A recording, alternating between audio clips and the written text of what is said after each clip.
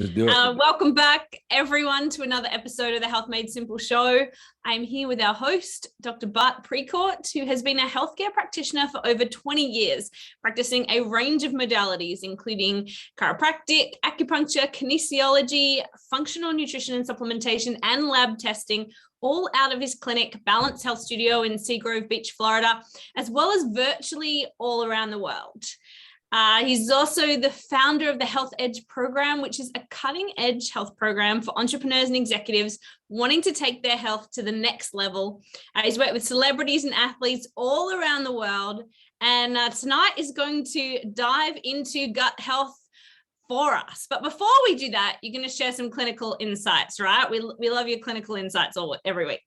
Yeah, so it's kind of a neat one. It's almost like a tale of two stories here tonight. And I'm going to talk about two different patients that I have that are both golfers, about the same age. They're late 50s or so. And the two different stories go like this. They're literally both like the same size and shape human beings, and they've both been golfing for a real long time. The one gentleman has been doing pretty good at taking care of himself. And again, neither one of them is overweight. So it's not like that, but really taking care of himself and doing the other things that life might be catching up on, meaning things like he might be getting a little stiffer, range of motion, like he's not as flexible as he used to be. The way that his spine moves, how well he recovers in the morning, all of these different things. And the number one way, the biggest one that I would say in this story is going to be about range of motion. So any of you that golf out there know that as passive as that sport seems, it's very aggressive. It's one-sided. You're creating this really interesting dynamic motion of, many levels and always in one direction, and you're twisting, bending at the same time. And you start slow, like blast through it and then end in a different speed. So it's a pretty aggressive on the spine and the joints. And what happens for golfers, if you lose your range of motion, you lose the distance you hit the ball. So that's a big deal for them. So that's originally one of the reasons the both of these gentlemen came in. The one gentleman finds all of this stuff like chiropractic or massage and all of these things, taking turmeric and taking cod liver oil, all of these things as if they're almost like a nuisance. And like, I got to do all this stuff. That's his approach. Like he doesn't want to. They're irritating to him. And listen, there's a lot of people. This happens to be about golf, and but a lot of people out there find it inconvenient to take care of themselves. Now, the other gentleman, on the other hand, is pretty much saying, what else can I possibly do?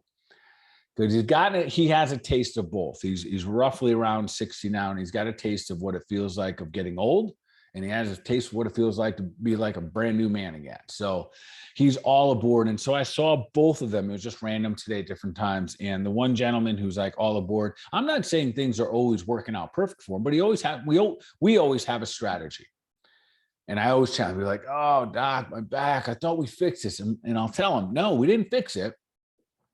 We are helping it survive. We are helping it get healthier every time you go out and mess it up. And he's like, oh, that's right. That's right. I'm like, and then we repeat it. Like, this is why at 60 years old, you can still drive the ball 275 yards. So it's crazy. Like all this cool stuff. And so he's like, yeah, I get it. He's like, what else do I need to be doing? Because I don't want to have time off.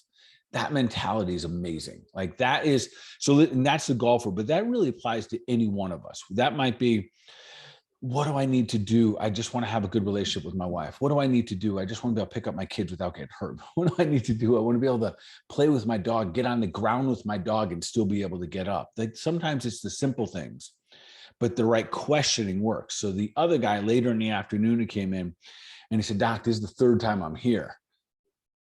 And, implying like that was too many. So like, hey, one time I should be good. Yeah. Here's the wild thing, Karen. This gentleman's back. He's been playing golf for over 50 years. He's a golf pro. And he's literally played professionally and everything. His one side of his paraspinal muscles are much thicker than the other side, like visibly.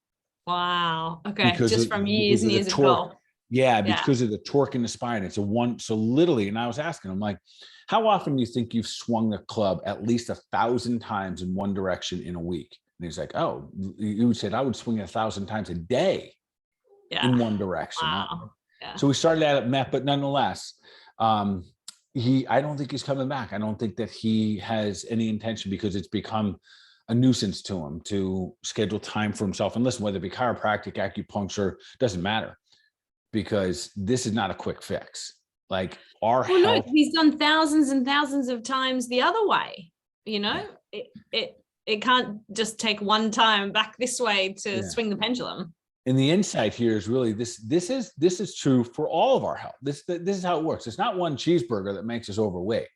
It's not, one argument that makes us so mad that the stress overwhelms our body. It's the repetitiveness, it's the consistency and the chronic part of that really downregulates our health. But on the flip side, the other guy, like doing as good as he ever has, hitting the ball as far as he wants, playing good, exercising, feeling really good, feeling the vitality come back. So I think the insight here is really don't give up too early. Like, play it out. What are your other options? Like go until the system breaks. So in this particular situation, unfortunately, I still have hope and prayer that because they golf together, I think this is going to be the saving grace. Okay. Yeah. The one guy, the golf pro, has always been better. And I think his time is limited, and not because he's not a better golfer, but because I think his body's going to start giving out on him. Yeah. And he'll probably have to golf less. He'll probably miss some sessions, and he'll have to have rehab. And so the clinical insight is really, let's make sure we don't give up to her. And that's actually going to be a perfect lead into the gut health, because I don't know if there's a magic wand for the gut. I don't know if there's one magic lotion or potion. Actually, I know the answer to that. There's not. It's process. The magic lotion or potion is understanding the strategy, which I'm going to share tonight. And if you understand the strategy, you can have a play. Literally, you got a playbook on how to become healthy. And then it's our jobs to, play out those plays. So that's it. Don't give up too early. There's always options, and make sure that, becoming healthy. And I think for a lot of people who listen to a show like this or other health podcasts, that they don't think their health is a nuisance. In fact, they're looking for more. They're looking for more options and more opportunities to do more. I know I do. I feel a lot of my extra time, my downtime. People say, what do you do with your downtime? Man, I study health. That's, but it is a process. You have to, or a continual journey, right? You can't go do, and whether it is chiropractic, acupuncture, or whatever, we're consistently then, we do something like that, and then we go back to our lives and continue to swing 1,000 times in the right way. So we can't just do it once, like nothing gets fixed. We just have to continue to be doing good things to balance out the other things that perhaps we do that, we want to do, but aren't necessarily amazing for our body. Yeah, 100%. And I think that's a perfect lead into the gut. So let me preface the gut a little bit like this. So, I've been practicing for a minute now. And a lot of times when I, ask people about their gut, most of the time, Karen, people are like, oh, I'm good. My gut's fine. Yet I'll say this, at a bare minimum, just and any practitioner that's listening tonight or going to listen to this later would agree with me, a minimum 50% of the people out there have a significant gut imbalance. And we'll call that dysbiosis. But we could throw dysbiosis literally means an imbalance between the good and bad bacteria. And then all of the other things that go with that, things like leaky gut and IBS and colitis and Crohn's, and all of those things fall into those categories as named entities. But at least 50%, some practitioners will tell you 9 out of 10 people, I couldn't argue that, to say that 9 out of 10 people don't have an imbalance. So let me roll through the symptoms, because literally, Karen, if I interview 10 people and we're just saying, how's your gut? And they'll be like, oh, I'm good. Like most people think that maybe it just well, if I don't burp, I'm fine. Or if I don't have acid reflux, like everyone has their own little definition of what gut health is. So I'm going to rip off some of the symptoms that coincide with an imbalance of, or some level of either leaky gut or dysbiosis, chronic fatigue, anything digestive issues. So any type of bloating, of course, trouble urinating, acid reflux, heartburn, food intolerances, gas, bloating, acne, skin rashes, including psoriasis, bad breath is a gut issue, upset stomach, obviously, nausea, diarrhea, difficulty urinating, vaginal and rectal itching. And we could talk about that later in just a moment, because that really comes down to microbiome, the UTIs, gut issue. You definitely can correlate to a gut issue. Bloating, of course, chronic diarrhea, fatigue, headaches, confusion. Do you know how many people right now are confused because they can't collectively get good thoughts together? It's massive. That, like, the whole brain fog, like, that's a whole new term, like, these last couple of years. What is brain fog? Brain fog. I can't put my sentences together to come out with good, good articulating sentences that with clarity and hold those thoughts. And I think we all can relate to that. And things are busy as well. But a lot of these all go back to the gut. One of my biggest things that people start to correlate, especially during our cleanse, is joint pain, body pain. Yes. Anything and everything skin. So if you're listening out here, these last couple of days, I've got an influx of I have this love-hate relationship with my phone. What I love about it is that you have access to everything all the time. And sometimes what I hate about it is that it means they have access to me all the time as well. And I take that back. I don't hate it. Yet this past weekend, I got probably 4, 5, 6 messages via, how you get messages, texts and emails and Messenger, a lot of different messages, all kinds of things. I have this rash. I have this stuff coming out of my chin. I have bumps on my skin. And every time I wrote back, anything skin related is gut related. We have to do a deeper dive. Anything skin, so you have this new rash. Oh, anything skin related is gut related. It's an inside out deal. We have to do a deeper dive. Yeah, you can't just put something on the rash. Correct. And because I will gladly, if I think that someone texts me and says, hey, doc, what do I got a fever going on. What do I do? All right, just mix up some calcium lactate, put it in a bottle of water, drink it down. If I could help that fast, I do. I'm no big deal. But when it comes to these things, the gut issues, we have to like pump the brakes a little bit. And maybe the one thing, it may be a little bit different tonight. I'm going to give a foundation for how to heal the gut. Literally, how do we help our guts heal? Yet I will also say this: there is no one program for everyone. One does not fit everyone. There are foundations there are foundations, and I'll talk about what those foundations are. But when we get into the details of regrowing microbiome, there are different types of probiotics out there, and each individual needs different ones at different times. Some people, probiotic is wonderful. Some people, a probiotic is going to actually blow them up and give them signs and symptoms of an abnormal gut, of some dysbiosis. So with all that said, let's also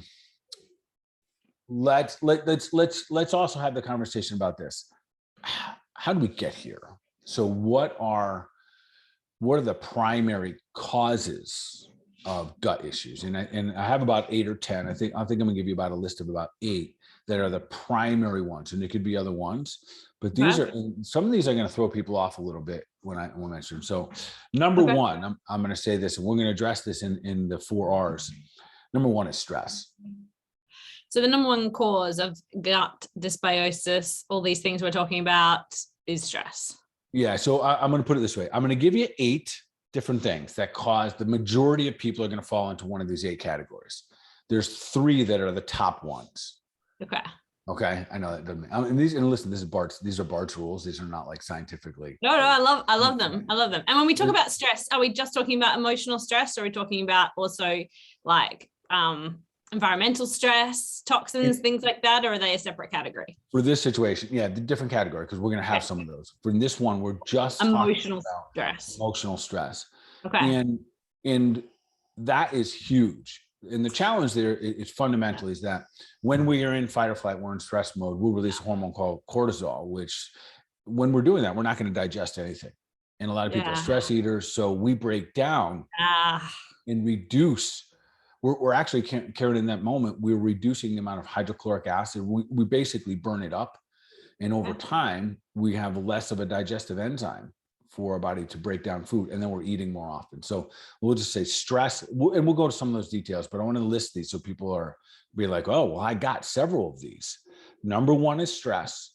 Number 2, which is really number 1 because it's done the most damage long term, is antibiotic use. Oh yeah. And listen, I'll be the first one to say it. Say, listen, antibiotics have definitely saved lives over the years, but I think we're at the point right now that's probably tipping the scale way in the damage component. To give you a reference here, there's an antibiotic called Cipro. Okay. Cipro, I believe, oh man, I've read so many papers, but I think this is what I think within 3 hours, 90% of the gut bacteria will be killed by Cipro in 3 hours Wow. after taking. That is so significant, Karen. That means you lie naked. And if you have things like parasites, if you have bad food coming in after that, I mean processed foods, you're going downhill and downhill fast. And one of the reasons this is so significant now, because we see things like autoimmune conditions on a rise right now. Not only the I'll call them popular, which is awful, Hashimoto's, rheumatoid arthritis, Crohn's, psoriasis, these are going through the roof. We're now up to almost 100 named autoimmune conditions, which means that the medical system still says we don't know why people are having these. Yeah. And I think for any of us that are practicing functional medicine, functional nutrition, saying, yes, we do. We absolutely do. We're breaking down the microbiome. We're breaking down the 60% of the immune system is in the gut. And if we break that down and we develop something called leaky gut, we'll talk a little about that in just a moment. And those things that are coming into our gut could be parasites, it could be processed food, could be glyphosate, could be all this other junk. They leak through the intestinal wall and out into where the immune system is. Heck breaks loose. Yeah. And that is the autoimmune condition. So the top three here: stress, antibiotics. I think right now it's by age 12, the average kid has been on 12 antibiotics. 12. Yeah, I definitely even fell on the that. traditional medical profession is starting to realize that we're overusing. Like there's just becoming more and more antibiotic resistant strains from overuse of antibiotics. Like 12 is a lot by the age of 12. And I mean, yeah, I'm sure it is. I took antibiotics as a child myself. I used to have lots of tonsillitis and ear infections. They were the two things ear infections, tonsillitis were my big things I would have antibiotics for. But it's a lot. So the good news is that, and especially for the folks listening, all of those things that we used them for. So for example, I used them a lot when I was young as well. Mostly was for earaches. We have a lot of other remedies for that. Like there are a lot of other, and the people listening to this are probably at least open to hearing that. It wasn't because my mom didn't love me that she didn't give me another option, or she wasn't lazy. She would have done anything. She just never heard it, that there were other options than antibiotics. So, and the earache can be I can remember being up like almost like up all night screaming with like pain, bad, like earaches, like, which is intense I'm sure if you're a mom with a kid who's. Yeah. So let me go through these because we got to dive into the 4 R's. So there's stress, antibiotics. Number 3 is glyphosate. Okay. Yeah. Glyphosate. Which is in everything. Everything, Karen. So, and my wife reminded me, she said, make sure you tell them tonight this. So listen, glyphosate is a chemical that they use out there in the lawns. They use it if you spray your lawns with like chemicals to keep the weeds out. That's it. But they also use it. It's kind of inbred in all GMOs. And she wanted me to remind you, it was a great reminder that just because a food says non-GMO does not mean it doesn't have glyphosate in it. Right. It's like, everything really without being organic. Depending on where the organic's from, the farmers have used glyphosate. Yeah. So it is like, it's acceptable that it has glyphosate on it and it's non-GMO, but it's not acceptable if it is organic.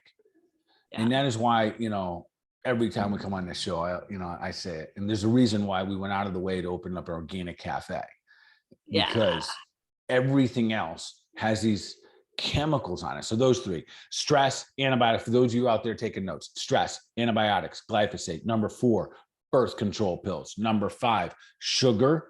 Number 6, parasites and things like Epstein-Barr, the critters on the inside. Number 7, then we get into the chemicals.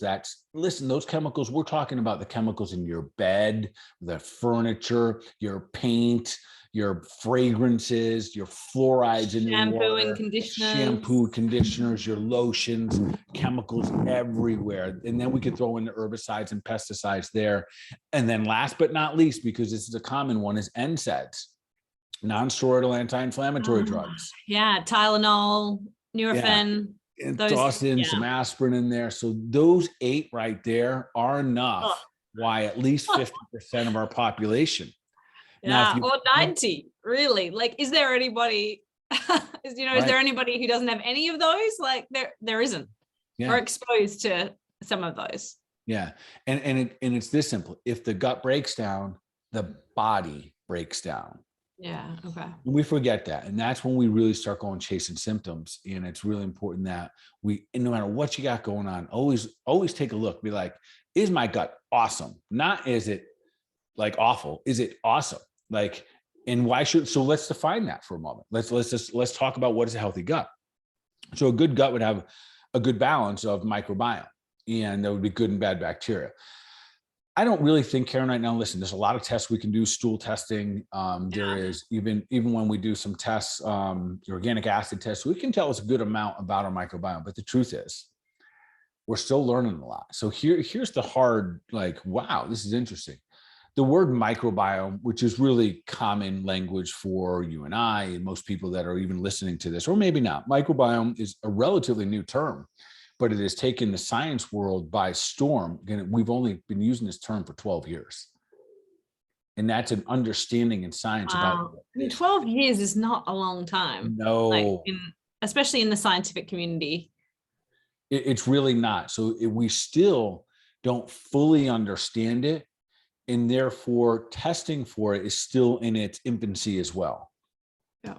So, and there are certain tests we can test for certain, types of bacteria that are in the gut, good and bad. But nonetheless, I still think that there's a little ways to go for us, because I don't think we truly understand how diverse, and that's the second part of what being a healthy gut.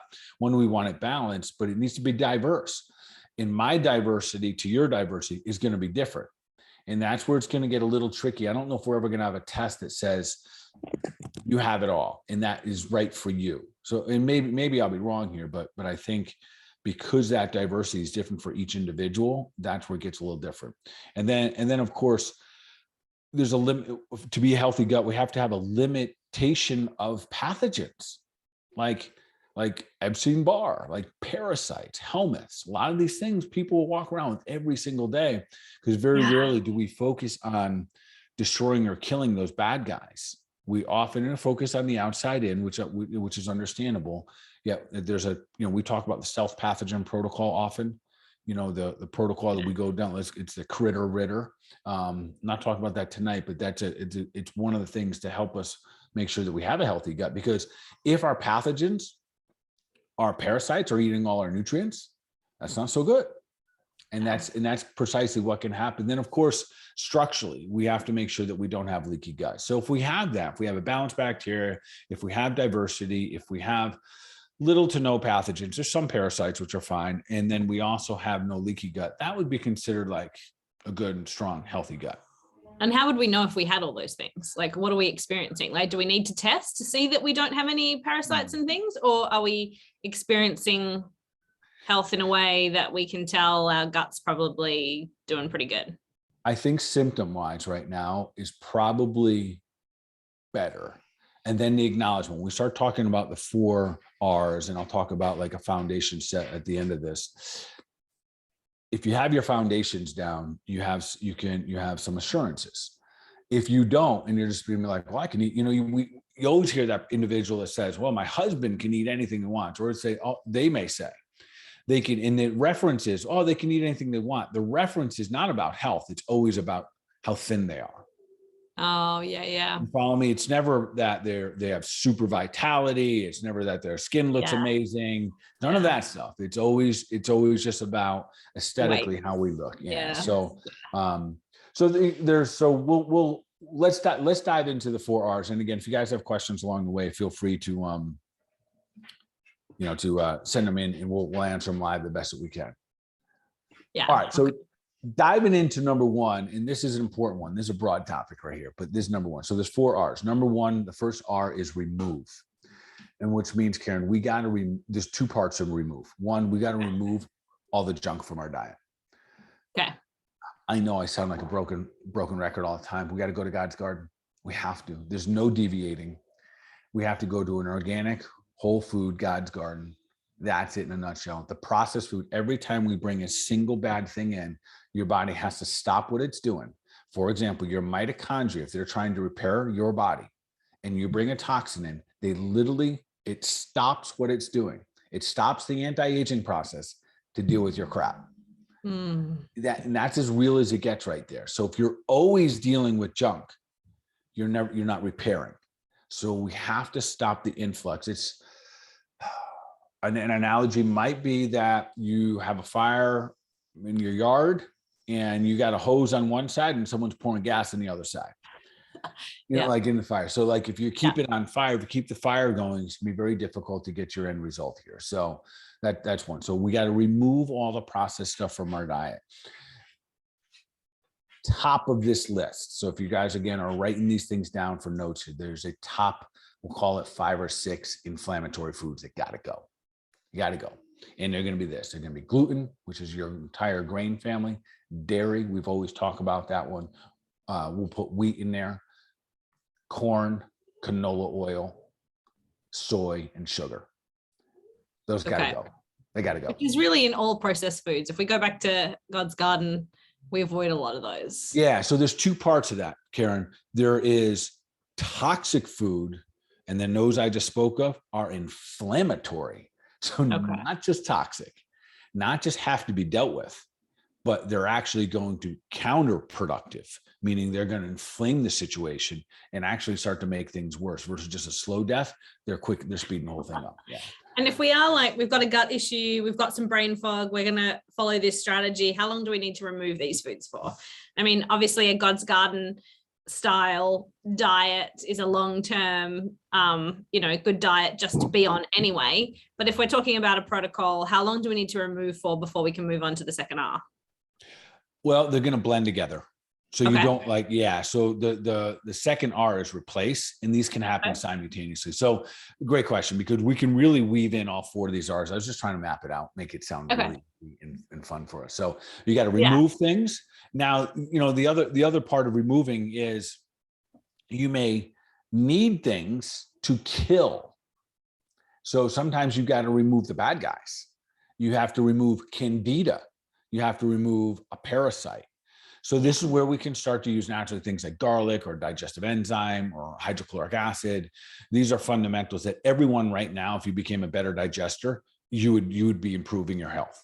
So improving the stomach acid in, the first line, your upper GI system, will improve your overall stomach health, your gut health.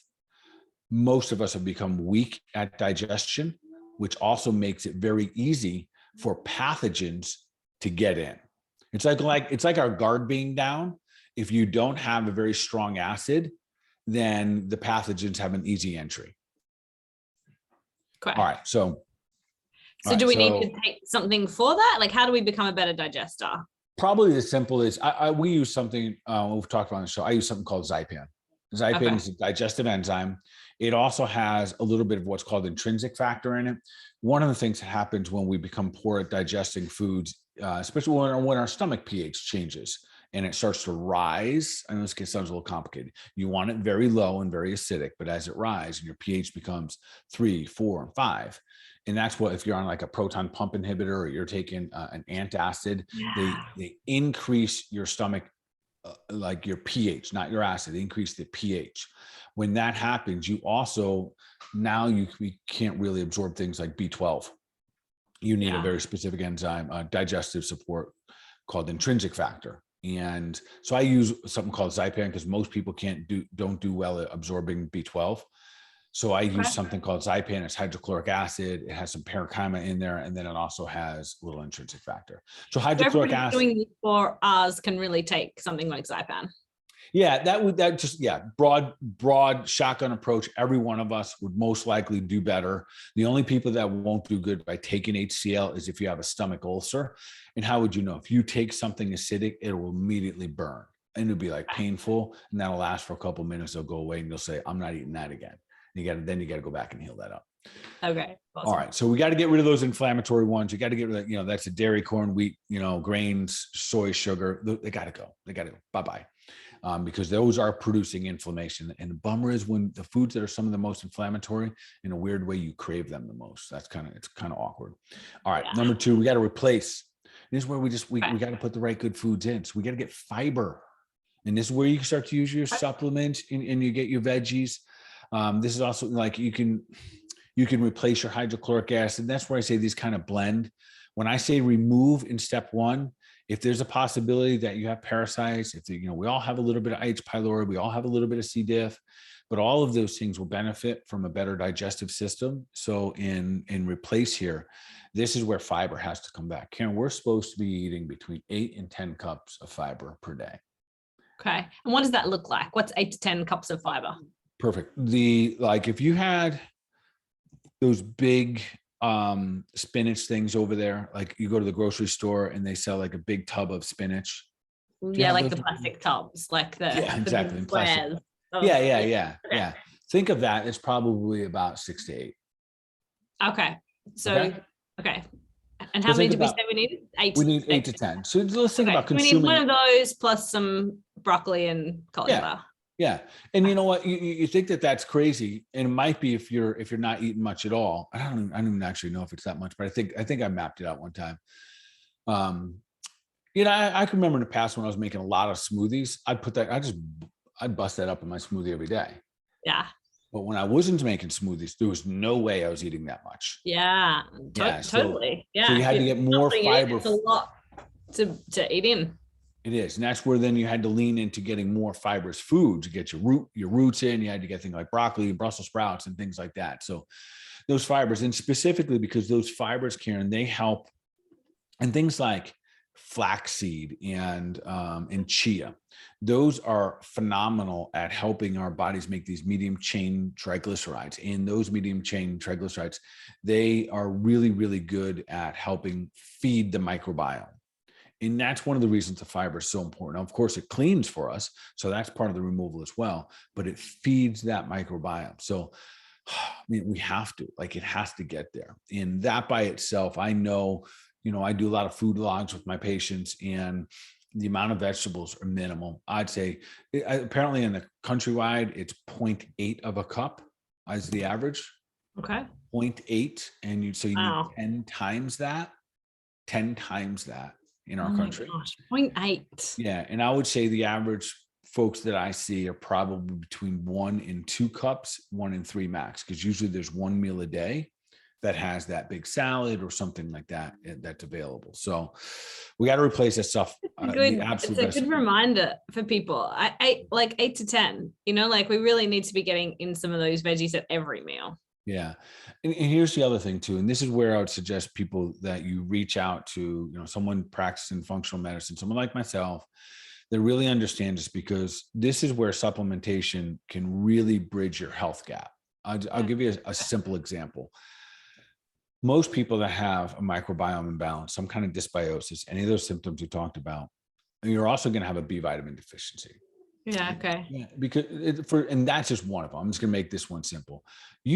Our microbiome literally makes B vitamins, but most people do not make it at all. So for that reason is one of the reasons when people ask me, do you recommend B vitamins? Say yes, you can take a small handful every day, but they have to be whole food. This is another case of when people ask me, why am I so adamant about whole food supplements? If they're not whole food supplements and you're taking synthetics, your body still responds the same way. It still has to give up things in order to absorb those things, absorb those potential nutrients. So in the replacer. So we started off, remove the bad guys, remove the processed food. Remember, we got to remove the critters if they're in there. Okay. So it may mean that you have to get with your practitioner. Your practitioner will know real easy symptom-based if you have parasites. Yeah. I listen, and I don't even think you need to do a big test. You can do them and you miss half of them anyways, but symptomatically it's very simple. Literally, if you travel out of the country, you get diarrhea, you get parasites. Come back, do a 10 on, 10 off, 10 on, 10 off, 10 on type protocol, and you'll get rid of them. All right. Now we go into number 3. And number 3 is we got to repair. And this is an important part. This is where the game changes. This is where we start to restore potentially decades of damage. And we're repairing the lining. Is that what we're repairing, or are we repairing the microbiome balance? What are we repairing? We are repairing both, but we're focusing here, Karen, on the actual gut itself. We're on the permeability. So what happens here in things like leaky gut is, so picture you have like we'll call it like the lining of the stomach. We'll just say it's like a skin, right? It's porous, like it's permeable, like things can go through it, but they're very, very, very small holes. And on top of that skin layer is a lot of what's called the mucosal lining. That mucosal lining is where all the bacteria go to grow. Like that's where it is, the good guys and the bad guys. When we take antibiotics, when we have things like glyphosate, it continuously strips away that mucosal lining. This is it in a nutshell. As it strips away, and then there's nothing left, and now all you have is this raw piece of skin. I'm making the simplest analogy as I can. And you take something like gluten, which is a protein structure, and it goes and starts to scrape that. It literally cuts it and it leaks through it. And that is leaky gut. And now because your gut is inflamed, because you got all the other inflammatories, you got dairy in there, you got gluten, you got wheat, you got soy, you now start becoming sensitive to all the foods. You do a food sensitivity test and it's off the chart. It changes every time you do it. And it's because you have an imbalanced gut. So I do foodology, food sensitivity testing, but I don't do it until you got number 1 and number 2 done. Okay. One, you got to get back to a whole food diet. Otherwise, you're literally just wasting your money. Well, it's not entirely true. Yeah, if you really are into it for healing your gut, if you have food sensitivities, you have an imbalanced gut. So therefore, you have to get number 1 and number 2 right. Number 3 is we're going after that leaky gut. We're looking to help heal it up. Now, how do we do this? There's a couple things here that are really, really effective. And this would be good across the board, even if you don't know you have leaky gut. Number 1, you could do bone broth every day. Yeah. Absolutely fantastic. The reason being, it has something called glutamate or L-glutamine. So I put a scoop of L-glutamine in my coffee every day. So we know my coffee is ridiculous. It's like an intense coffee in the morning. Yeah. There's a lot in there. So that L-glutamine is what will help bind up that those leaks in the gut. There's literally what they call tight junctions that have been loosened up and broken down over time. So it'll help bind them. So L-glutamine is something that would be fantastic for everyone listening to this to just start to help healing up leaky gut. Collagen on a daily basis. So collagen, L-glutamine, fantastic. I also use something specifically to supplement called ochrapepsin. Ochrapepsin, and this would be safe, for gentle and easy for everyone to take. It helps the mucosal lining. And that's the interesting part. So it's one thing to heal up those junctions, but we have to restore this mucosal lining. And this is where we need very specific subs. So a little bit of ochrapepsin is something I use pretty frequently in my office. Again, plant-based. So pretty effective, pretty important at this. And at this point, so we've removed, we replaced, and now we're repairing. This is when we talk about the microbiome and we're starting to include things like probiotics and prebiotics. Now, that is where the best thing I can tell you is you got to get with your practitioner. Here's why. There are so many different probiotics out there and they're all good. Well, let's just assume they're all good, but they're good for different people at different times. I find that you can't get to a probiotic prior to this step. With the bad diet and you haven't done anything about the leaky gut, and if you haven't done the replacement bad food for, good food for bad food, oftentimes if you do the probiotic too soon, you'll actually cause a lot of symptoms like bloating and you'll create some discomforts. And sometimes your probiotic needs to be in very, very, very small amounts. So you bring it in. And really what we're trying to do for the microbiome and all the dysbiosis, we're trying to bring in good bacteria that grows and it outpopulates the bad guy. So it kind of overwhelms it. If we bring in too much too fast, we'll blow the whole thing up and downregulate the system. And it creates a stressful situation. The body then goes into an inflammatory response. We get all these cytokines. We get some other issues going on. So we can overdo it with the probiotics. And listen, everybody is different. I have the tendency to, whenever I try something, I figure, if a little bit is good, I might as well try a lot. And when it comes to my gut, especially like probiotics or different ones that I'm experimenting with it, that's where it backfires a lot. So sometimes there'll be one capsule every other day. Yeah. Okay. So, and again, everybody needs a little bit different, and also depending on your history. So if someone that I know has used a round of antibiotics recently, they get a certain type of probiotic. if that's not the case at all, but I know they've been on medications long period of time, I might need to use a spore-based probiotic. So there's all different versions. If I have a baby and I know that there were a C-section, that's a different type of probiotic. So, but the probiotics are for the most part safe and good for everybody, but the situation is a little bit different for all of us. And I think that's really where you want to get with a practitioner who's got some experience, and will help you walk through if you do have any, like symptoms, but also making sure that you've removed all the junk, you got no junk, you get rid of all the critters, that you've replaced your bad food with good food, you have enough fiber in your diet. Even in the beginning, if you're doing the 0.8 cups of fiber today, and if you go out and eat 8 cups tomorrow, that too will be a problem. Because you don't have the microbiome, the digestive wherewithal to break it down. Yeah. So when it comes to gut, there's no rush in it. And I think everyone understands that. So like, let's just say you go out to your garden and you look out there and it's just like a mess. You've been dumping crap on there. There's old rusty cans and stuff out there, and the kids' toys are out there. And you're like, that's going to be my garden one day. That is where I'm going to grow incredible, vegetables and food from God's garden. And I'm going to feed and, create health and wealth for my family. Right. But it's got a ways to go. So like, you got to clear it out. You got to stop putting rusty stuff into it. You got to stop putting poison into it. You got to clear all that stuff out. And then you got to replace it. You got to put some good stuff in that soil. You got to replace the nutrients. And that's no different. And then you plant the seeds. You wouldn't plant your tomato seeds when all the rust and the junk is in there.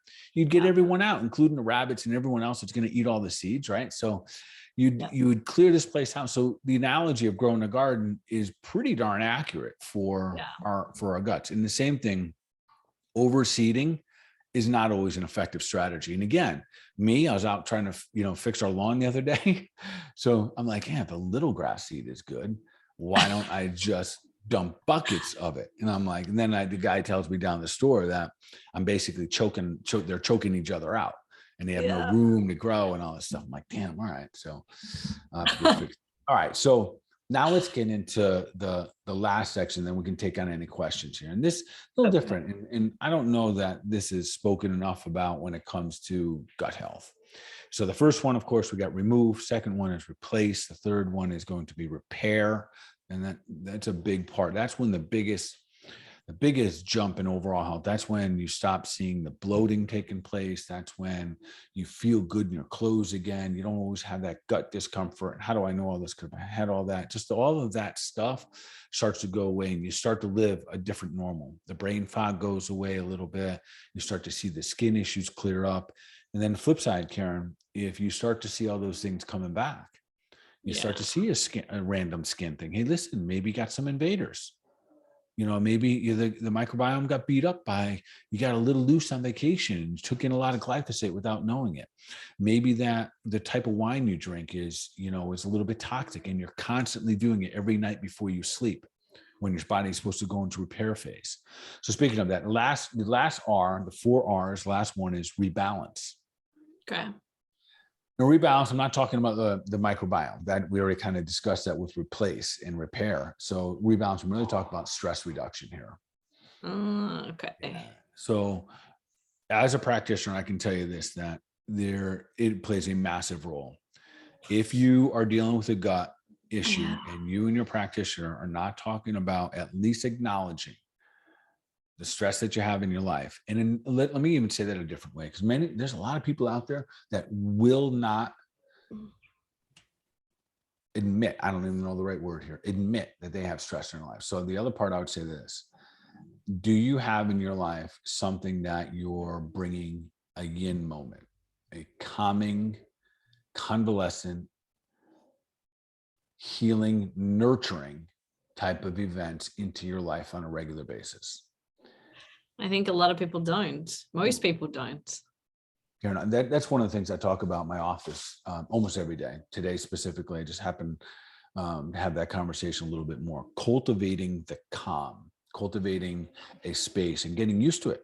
And like the gentleman who didn't have the time to come in, and he's not cultivating healing. He's not cultivating the time that it takes to heal. And the more frustrated he gets, the more risky his events are going to be.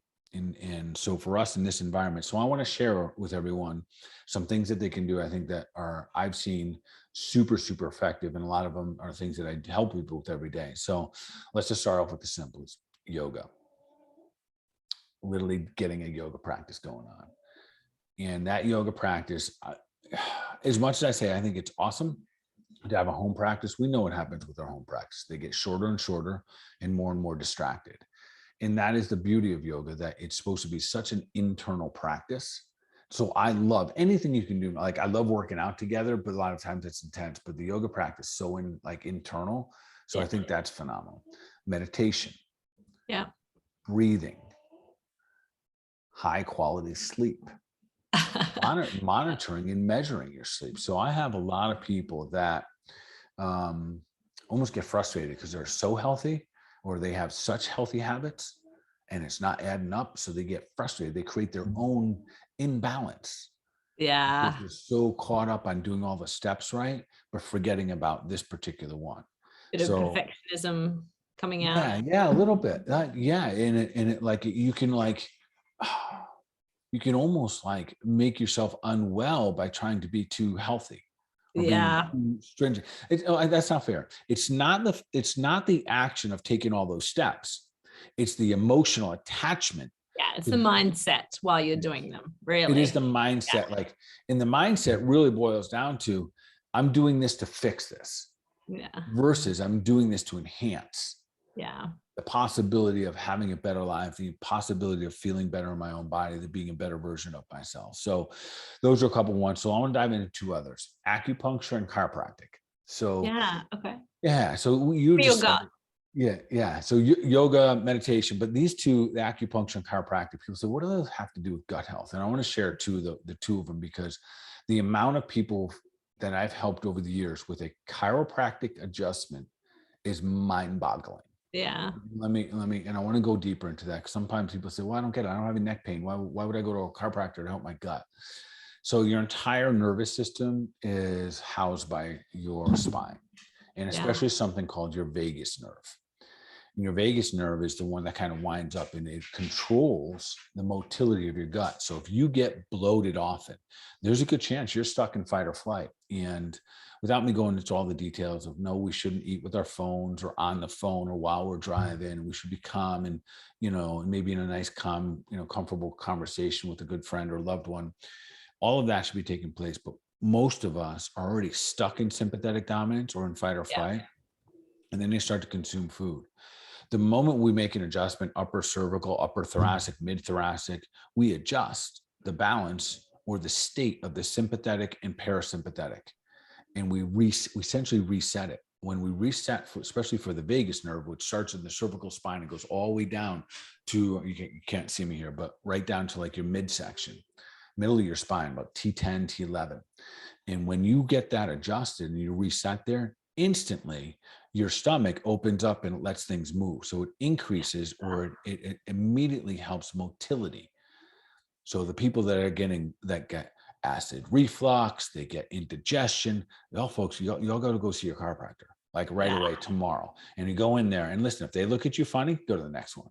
And they say, what are you here for? Well, I'm here because I want to help improve the overall function of my digestion. That's what I heard chiropractic is good for. Yeah. So it's not a treatment of, but no doubt when you take better care of your central nervous system, you will improve the function of your gut. No doubt, hands down. Now, the other part of it, now we'll talk about the lower GI system, things like your small intestine, large intestine, your cecum, your ICV valve. Your ICV valve is just to the right side of your belly button, in between, just below your belly button and your ileum. It's like on a diagonal there. That's where the small intestine and large intestine meet.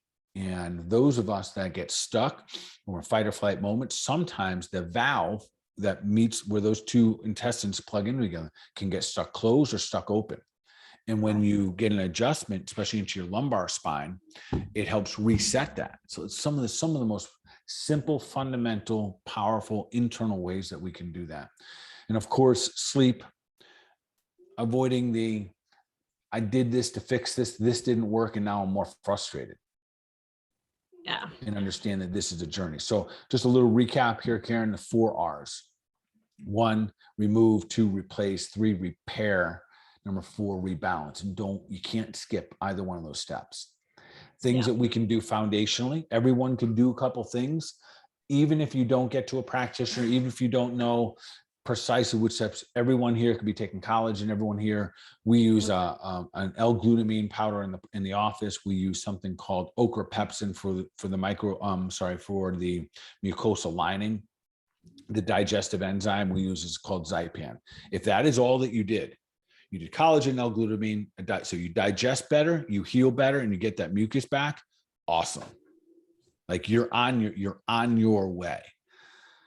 And so is there anybody that can't take this? In fact, somebody's asked here if someone has Crohn's, is too much fiber as well a bad thing? We've said, okay, we need that 8 to 10 cups. But if you've got something like Crohn's, is there too much fiber? Yeah. Or is there any of these that we can't take? Yeah. So someone with Crohn's is a perfect example. Definitely work with a practitioner that is familiar with Crohn's. I see a fair amount.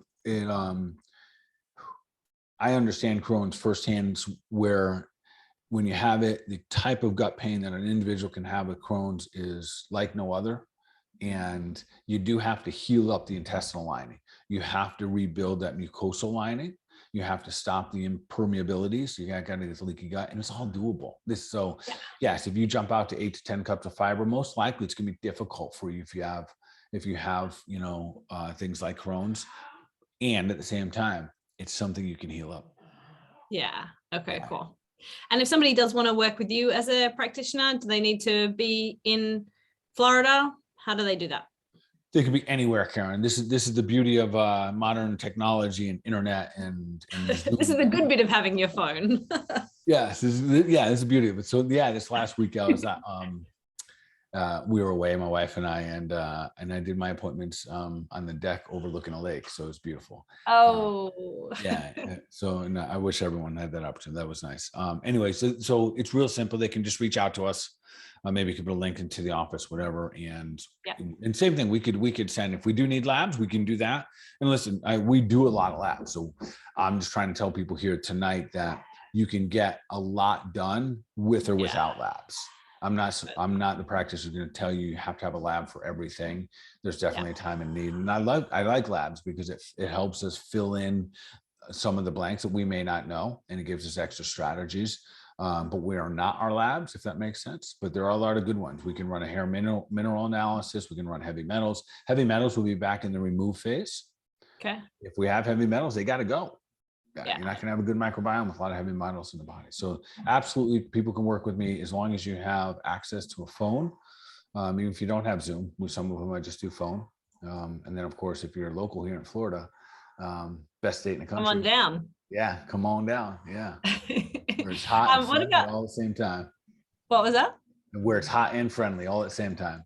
Oh, love it. They could do chiropractic, acupuncture, and talk about so they could do a yoga class, get chiropractic and acupuncture. And no joke, we have a lot of people that do that. And so we're in an area, there's a lot of people come down here on vacation. They come down on vacation, and it's one of the blessings I have as a practitioner that I get to have friends that I don't even know that like people listening to this. We're all kind of friends, and then I get to meet them in person. So, wow, listen to your podcast, listen to the show, and I'm from Oklahoma, and here I am on vacation, and here on my vacation, I'm taking care of me. Yeah, amazing. And they show up and they'll say, I'm just here for a tune-up. Maybe it was a long car ride and I want some acupuncture and I'm going to go take a yoga class. And then they go next door and get some celery juice and all the good stuff. So, go next door to the organic cafe. It's a one-stop shop. Yeah, So it's whatever way they want to get in contact, we'll be happy to work with them. Yeah, awesome. Got another question here. What do you think of liquid versus powder collagen? Is there a better collagen that you recommend to buy?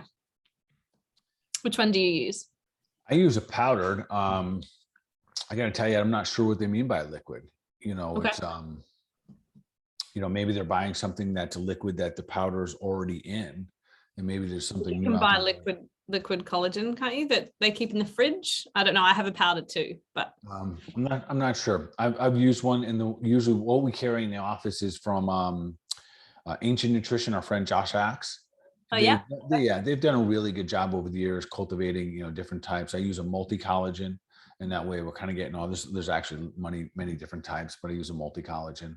That's, there's a lot of good companies out there that produce it. I'm not like this. There's not one that I think is much better than any others. We just happen to carry that one. Of course, we want to shoot for organic anytime we can.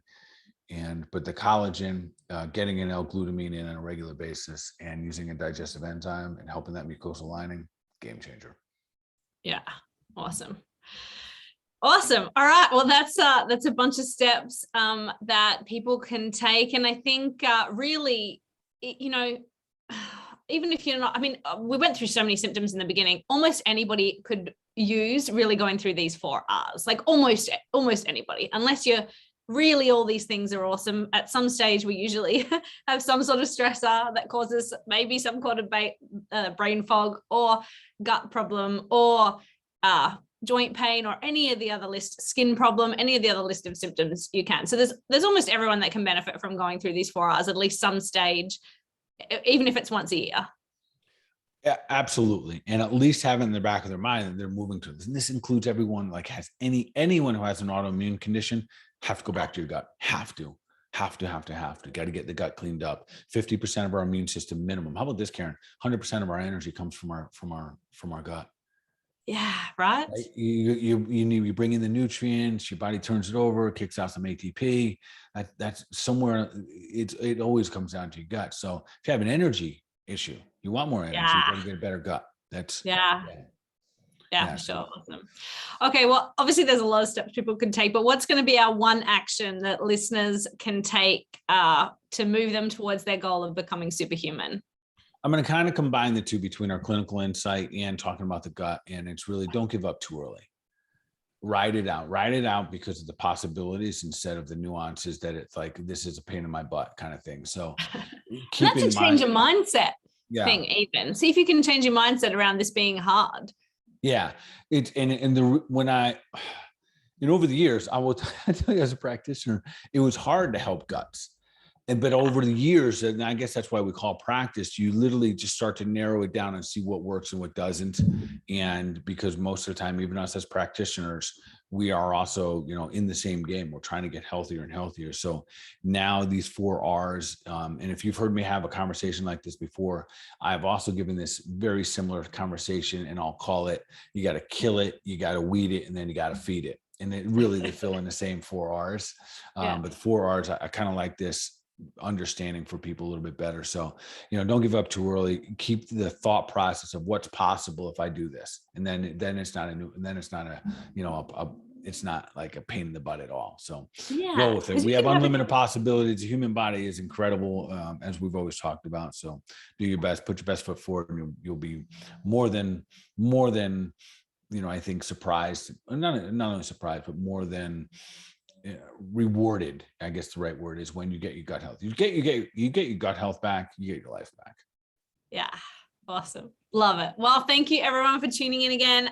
We'll be back next week, same time, same place, for another episode of the Health Made Simple show. And of course, everyone, thanks for tuning in. Keep doing your thing, keep sharing it out, keep spreading the love. And as usual, we're going to continuously take good action for our mind, our body, overall wellness. Y'all be awesome.